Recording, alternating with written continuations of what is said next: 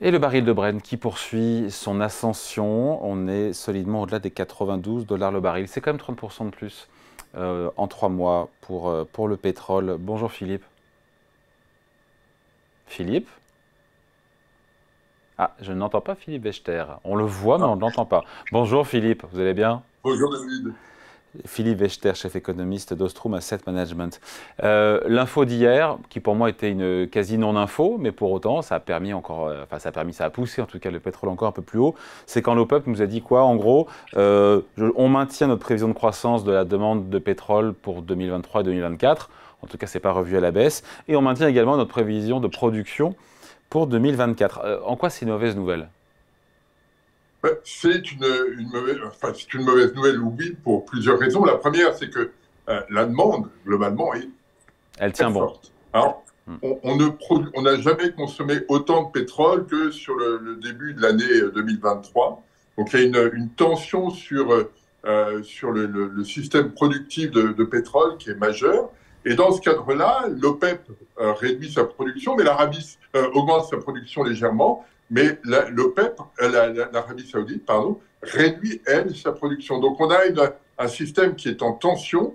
Et comme la demande va continuer de progresser, et l'Agence internationale de l'énergie a évoqué encore cette question dans son bulletin mensuel de septembre, eh bien, on va avoir un biais plutôt haussier tant que l'Arabie Saoudite maintiendra son orientation baissière en termes de production. En d'autres termes, par le passé, quand l'Arabie réduisait sa production, il y avait toujours un peu de marge ici ou là, ce qui fait que ça n'était pas prégnant ça ne se voyait pas vraiment dans le prix. Là, tout le monde est en situation de tension. La Russie produit un peu moins aussi. Et donc, quand elle réduit sa production, eh bien, on le voit immédiatement sur les prix, d'où ce risque de voir effectivement le prix tendre vers les 100 $. Bon, avant 100 $, donc il y a 92. Donc pour vous, quand on regarde encore une fois le contingentement, parce qu'on peut parler de raréfaction de l'offre de la part de l'Arabie Saoudite et de la Russie, ça justifie d'avoir ce prix, ce cours de 92 $ aujourd'hui? Oui, parce que la demande est très forte. On consomme et beaucoup d'énergie. Pourquoi la demande ne corrige pas? En général, quand le prix monte, la demande doit s'affaisser un peu? Le supplément de consommation vient en grande partie de Chine. Et donc, on est conditionné par cette situation. L'Agence internationale de l'énergie indique que 70% de la hausse vient de Chine, même si la croissance chinoise n'est pas très forte. Il n'empêche qu'on compare cette année à une année 2022 en Chine où la demande était limitée, puisqu'on était encore sous période de pandémie. Donc, il y a un changement de régime, et c'est cet aspect-là qui est le plus préoccupant. Il y a deux forces contraires, comme souvent sur le marché du pétrole. D'un côté, il y a le ralentissement économique qui est généralisé, la détérioration, la dégradation de l'environnement économique. Évidemment, ce qui pousse en théorie à la baisse le cours du baril, même si la demande manifestement est toujours là, c'est ce que vous nous expliquez. En même temps, il y a cette baisse de production de l'Arabie Saoudite et de la Russie qui pousse les prix à la hausse. C'est la fermeture du robinet qui l'emporte, et puis cette demande, encore une fois, mondiale de pétrole, qui tient bon jusqu'à quand, on ne sait pas, mais en tout cas pour l'instant, elle tient. Pour l'instant, elle tient. La demande américaine est forte également. Hein. L'économie américaine se tient plutôt bien. Donc, on voit partout les prix de l'essence augmenter. On le voit en Europe, on le voit aux États-Unis. En France, c'est une discussion quotidienne. Mais ce biais-là risque de se maintenir tant qu'on n'a pas d'inflexion sur la demande, ou tant que l'Arabie Saoudite ne relâche pas sa pression. Donc on est dans un environnement qui change de façon significative. On voit bien que l'équilibre du marché du pétrole n'est plus tout à fait le même, et que l'Arabie Saoudite joue sa propre carte dans cet environnement un peu particulier. Donc on est dans les mains de l'Arabie Saoudite en matière de prix aujourd'hui, tant que la demande mondiale de pétrole se tient.